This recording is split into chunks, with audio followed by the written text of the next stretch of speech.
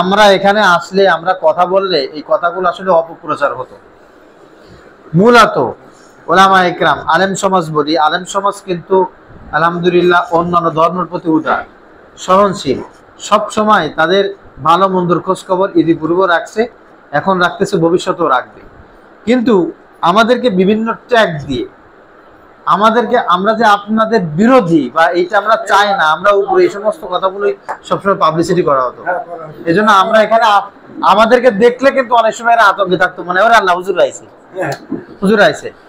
এই জন্য আলহামদুলিল্লাহ আপনাদেরকে পূর্ণভাবে আস্থা দিয়ে বলতেছি, শুধু আমি না, এলাকার যত ইমাম আছে, এলাকার যত মাদ্রাসার শিক্ষক আছে, যত আলেম সমাজ আছে, বিশেষ করে ইসলামী আন্দোলন যারা আছে, কোনো প্রকার সহযোগিতায় 10 জন লোক লাগবে, একটু পাহারা দিতে হবে, একটু আসতে হবে, সার্বিক সহযোগিতা দরকার, কোনো ধরনের কিছু হইলে যদি একটু পাখির কানও যদি আওয়াজ পায়, ইনশাল্লাহ সেই সার্বিক সহযোগিতা আমাদের থাকবে।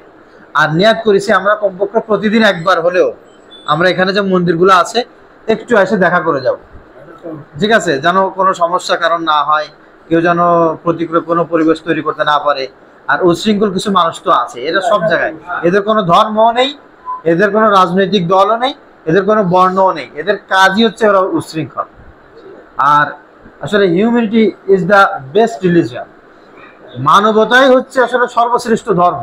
একটা একটা মানুষ যত, হ্যাঁ অবশ্যই, আমার ভিতরে যদি মানবতা না থাকে, মানব কল্যাণ, হ্যাঁ রাসূল সাল্লাল্লাহু আলাইহি ওয়াসাল্লাম একটা কথা বলছেন আমাদের নবী, যে আদ-দীন আন-নাসিহা, মানবতাটাই হচ্ছে ধর্ম। যার ভিতরে মানবতা নেই, সে কি আল্লাহ মানে, কি রাসূল মানে, কি মানে ঈশ্বর মানে, কার মানে, কিছুই তো মানলো না।